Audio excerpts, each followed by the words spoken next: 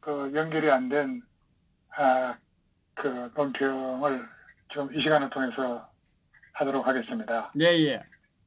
예, 그 옥류관 행사에서 대기업 총수들이 냉면을 먹는 자리에 리선군이 불쑥 나타나 정색하면서 아니 냉면이 목구멍으로 넘어갑니까? 라고 했다는데 통일부 장관은 보고를 받았냐고 하자 비슷한 얘기를 들었다고 했고 북측에서는 남북관계가 속도를 냈으면 하는 게 있다고 답한 바 있습니다.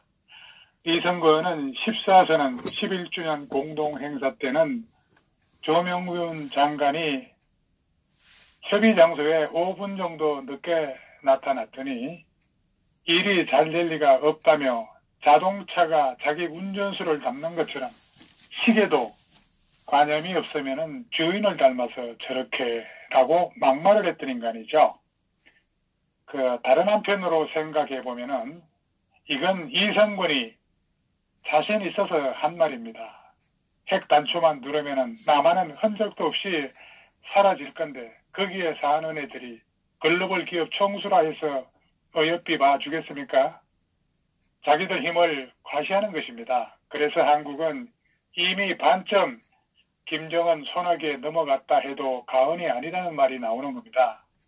미국이 방심하거나 손을 놓는 순간 우린 끝장인데 아직 정신 못 차리고 있다는 게 한심할 뿐입니다. 이렇게 생각합니다. 지금 자유대한민국의 행보가 이렇게 비틀거리고 있습니다. 평양회담은 화해 평화로 위장된 조공 방문임이 확실합니다. 이런 게 대화고 교류고 협력이라면 그만해야 합니다. 이런 모렴치한 인간들하고 무슨 민족사를 논의한단 말입니까? 냉면이 목구멍으로 들어가느냐 하는 것보다 더 중요한 건 우리 정부가 이거를 숨겨왔다는 겁니다. 도대체 이 정부는 북한에 얼마만큼 쪽쪽 빠는 겁니까? 국제 거름뱅이도 아니고 무슨 빈대소굴도 아니고 국제 관례도 기본적 예의도 없는 집단에 끌려가는 정부의 좌파 핵심부를 교체해야 하고 줏대 없는 통일부 장관 조명근도 반드시 해임시켜야 합니다. 자, 그리고 그 도널드 트럼프 미국 대통령의 딸인 이방카 트럼프 미 백악관 선임 고문이 당초 이달 하순 방한하려다가 돌연 일정을 취소한 것으로 이렇게 밝혀졌습니다. 이방카 고문의 이번 두 번째 방한이 취소된 것은 한미 간에 계속 엇박자가 나고 있는 지지부진한 미국 비핵화 협상 때문인 것으로 예상할 수 있습니다. 북한 비핵화, 핵폐기 협상이 교착 상태에 빠지고 남북 경협과 제재 면제에 관한 한미 간의 상당한 이견이 노출된 상황에서 이방카의 방안이 한국과 북한에 잘못된 신호를 줄 수 있다는 부담이 영향을 미쳤을 것이라는 분석입니다. 이것은 누가 봐도 최근 한미 관계에 냉랭한 분위기가 반영됐다는 것이고 미국이 계속해서 파열음을 내고 있는 이 주사파 정권에 대해 모종의 세컨드리 보이콧 같은 강력한 조치를 앞두고 있는 상황과도 무관치 않을 것이다. 저는 그렇게 분석해 봅니다. 그리고 이번에 한국을 방문한 스티븐 비건 미 국무부 대북정책 특별대표는 가장 먼저 임종석 대통령 비서실장을 만난 데 이어 광경화, 조명균, 정의용 청와대 안보실장과 잇따라 만났습니다. 스티븐 비건을 만난 한국 정부 인사들이란 게 자유대한민국과 한국 국민을 위해 일할 사람으로 전혀 보이지 않고 북핵을 없애는데 반대할 인사들로만 보이니 이 나라의 불행의 싹이 심화되는 것 같습니다. 공부라고는 모르는 50평생을 반미 자주와 종북적 사고에 몰두해온 것들로 보이는데 이게 정상적인 나라 맞습니까? 미국 정부는 제대로 한국의 대북 돕기 권한자의 서열을 제대로 본 것 같습니다. 대통령도 없이 비서실장을 만나는 거 보면은 이 나라가 지금까지 누구에 의해 움직이고 있는지를 정확하게 알았나 봅니다. 이제 가동해 보겠다는 워킹그룹이 제대로 작동되지 않으면 오히려 시대의 선전자에게 휘말려 자유대항과 북해의 운명은 어떻게 될지 확연해지는데 국민은 알지도 못하고 경제적, 생활적 희생만 강요당하지 않을까도 걱정됩니다. 무지한 것들이 거대 미국의 세계 경영에 뒤통수를 쳤다는 것은 알게 될는지 국민도 알는지 지켜봐야 될 것입니다. 여기서 비건 대표는 최근 남북 협력 사업의 가속, 역주행과 제재 완화 문제를 놓고 교착 상태에 빠진 한미 공조에 대해 경고를 하고 미 정부의 대북 제재 유지 방침에 대해서도 확실하게 대못을 박았다고 볼 수 있습니다. 우리 측은 남북관계 진전이 북한 비핵화를 견인할 수 있다는 점을 강조하며 남북 철도 연결을 위한 북한 현지 공동조사 등에 관한 제재, 예외 인정을 요청했겠지만 현재 중국마저도 공조를 하고 있는 마당에 왜 이런 백해무익한 퍼주기 정책으로 일관하고 있는지 도무지 알 수가 없는 노릇입니다. 비건 대표는 한미는 한반도에서 같은 것, 한반도 비핵화를 통한 평화와 안정을 원하고 있다고 했고 이런 점에서 한미 공조만이 유일한 선택이라는 점을 분명히 했다고 볼 수 있습니다. 따라서 이달 말로 추진되던 개성공단 입주 기업인들의 개성공단 방북은 완전 불투명하게 됐다고 볼 수 있습니다. 쉽지 않을 겁니다. 당초 남북은 개성공단 입주 기업자 관계자들을 북으로 보내 공단 내에 시설 점검을 진행할 그런 계획이었죠. 하지만은 미국의 냉담과 북측의 응답도 늦어지면서 아마도 구체적 일정도 잡지 못한 상태로 무주 공간이 될 가능성이 매우 높아졌다고 저는 봅니다.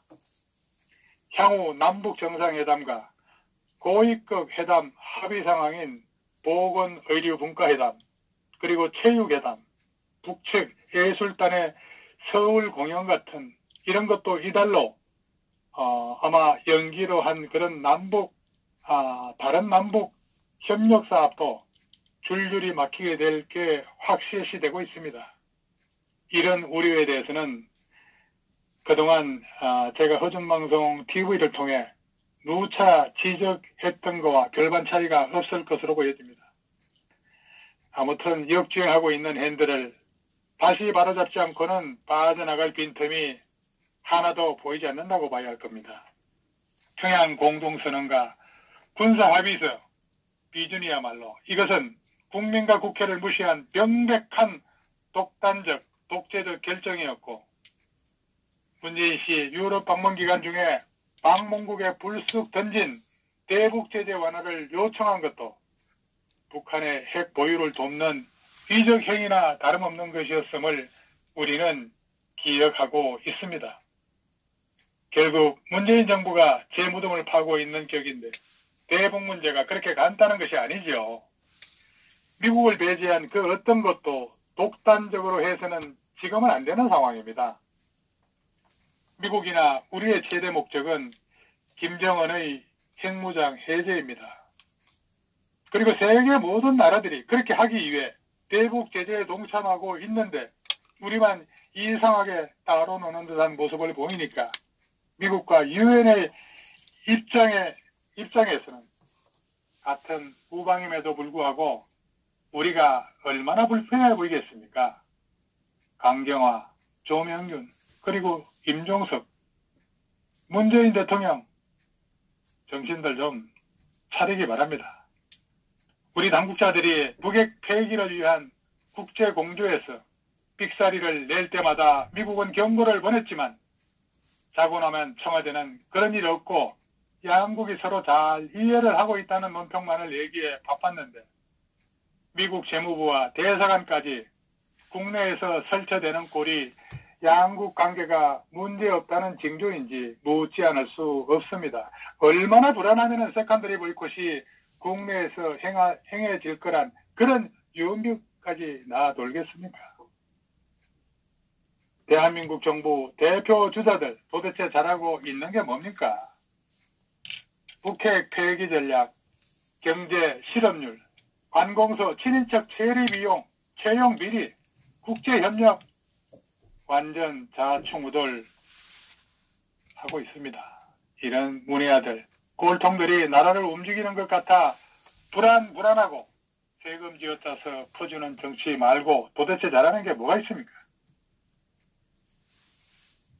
자, 그리고 중국이 그 반도체 자립을 목표로 설립한 D램 반도체 업체 중국의 푸젠 진화 반도체에 대해서 미국이 자국산 장비, 부품, 기술 수출을 제한하는 조치를 단호하게 내렸습니다. 이제 반도체 자립은 중국의 제조 패권 계획인 중국 제조 2025의 그런 핵심이라는 점에서 미국이 중국 제조 2025의 심장에 바로 비수를 꽂은 것이었습니다. 중국이 국방, 우주, 산업기술 스파이를 통해 오랫동안 미국을 노략질해 온 걸 이제 뭘 좀 막으려 하는 겁니다. 그래서 미국 상무부가 푸젠 진화가 상당한 수준의 D램 직접 회로 생산 능력에 도달했고, 그리고 미국 군사 시스템의 핵심 부품을 공급하는 미국 기업들의 경제적 생존 가능성을 위협한다는 그런 결론을 내리고, 지금부터 이 회사에 대해 수출 제한 조치를 단행한 것입니다. 이에 따라 푸젠 진화는 지금부터 미국산 반도체 장비, 부품, 그리고 소프트웨어 기술을 사실상 수입할 수 없게 됐습니다. 2016년 설립된 푸젠 진화는 내년 D램 본격 양산을 목표로 57억 달러를 들여 생산 라인을 짓고 있었습니다. 이런 상황을 볼 때 미국의 개입이 아주 절묘합니다. 투자가 끝나고 양산되는 시점에 이 같은 조치를 하면은 중국은 투입한 자본을 회수할 길이 없어지게 됩니다. 엄청난 계획을 투자한 시진핑의 역점 사업인데 세계 반도체 장비 시장을 장악 중인 미국산 장비 수입이 봉쇄됨에 따라 양산 계획은 이제 물부품이 될 가능성이 확실해진 겁니다. 이번 조치는 푸젠 진화의 공급 능력을 무산시킬 것입니다. 반도체가 중국 정부가 육성하려는 인공지능, 로봇, 항공우주 장비 같은 각 분야의 성패를 좌우할 바탕이라는 점에서 미국의 이번 조치는 중국 기술 패권의 싹을 잘라 태워버려야 하겠다는 것으로 보여져 중국의 대응이 어떨지 지켜봐야 할 것입니다.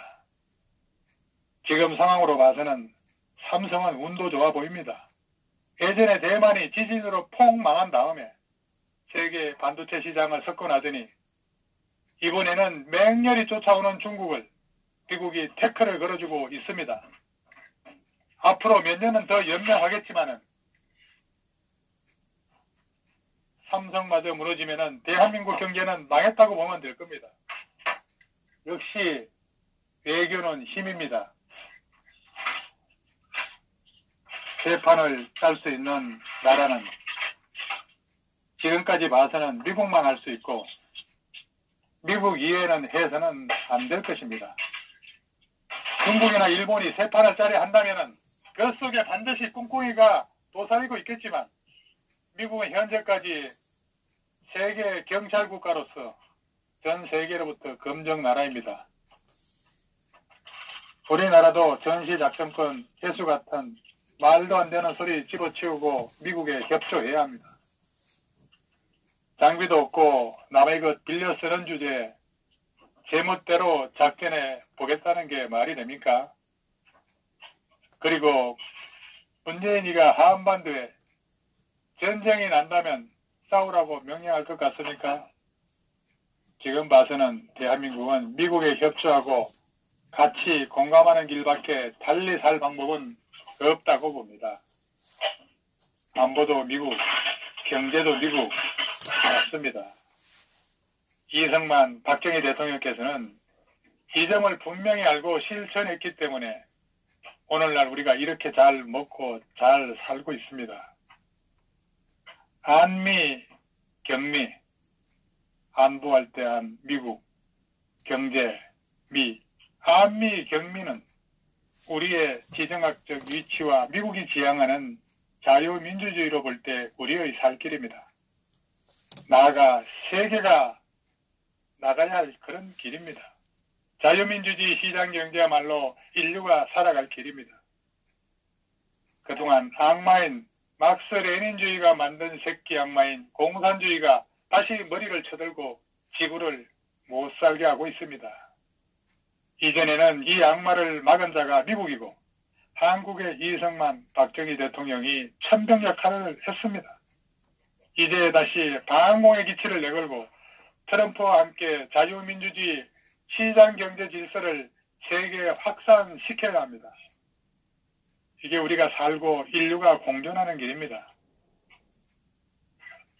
여기까지 하겠습니다. 감사합니다. 예, 수고하셨습니다.